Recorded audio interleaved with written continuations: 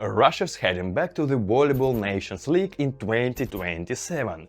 Sounds like a great news. But almost in the same breath, we're hearing that men's teams might skip World Championship entirely. How do both things happen at once? Let's break it down.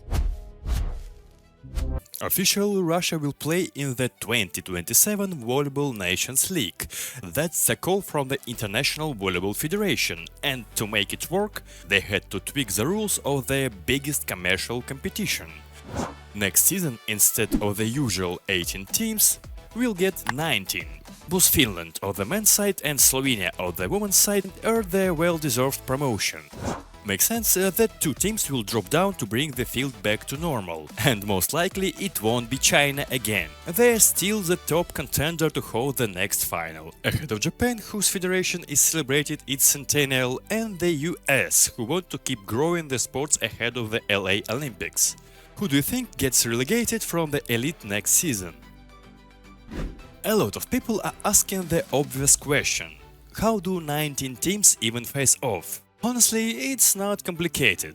Even now, all 18 teams don't play each other, because each one only plays 12 matches in the preliminary round. The only thing organizers need to sort out is which pool to expand and how to spread the extra 12 matches for Team 19 evenly across the 3-match weeks. I'm sure that's exactly what they'll be working out soon. One more question.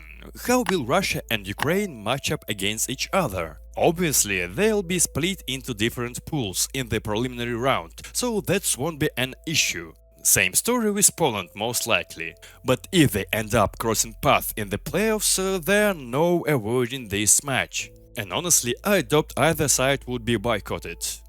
Based on the recent reports, it might look like the Russian men's team is boycotting the 2027 World Championship. At least that's how it sounds from the official statements by the Russian Volleyball Federation. The team withdrew from the prestigious event from security reasons. And honestly, that's just a nice way to dressing up the situation so it doesn't look like a loss. The real story is way simpler. The World Championship is being held in Poland, and Russians are simply banned from entering Polish territory. Sports events aren't an exception. The clear example: Arina Fedorovtsova had to miss a Champions League match because she was denied a visa. And the fact that the World Championship is still a year away doesn't mean the Russian Federation gave up early. It's just that the decision on participation has to be made now, and there's no realistic hope the visa situation for Russians in Poland eases up in time. What do you think? Is it really about security or just a convenient way to phrase it?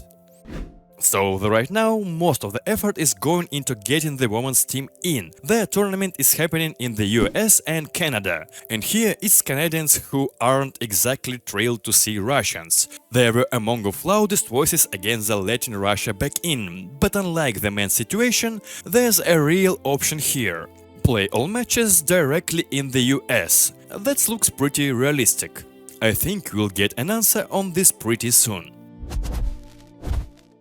So how do you feel about all this? Personally, I'm happy to see Russian teams coming back in any form, even without the men at the World Championship. Either way, it means more focus on the Nations League, more ranking points, and a real shot at qualifying for the 2028 Olympics. Should the federation keep pushing the World Championship participation or just focus on 2028 instead? Drop your take in the comments. So, as always, it was Nick. Love what you do and you will definitely succeed. See you soon. Bye.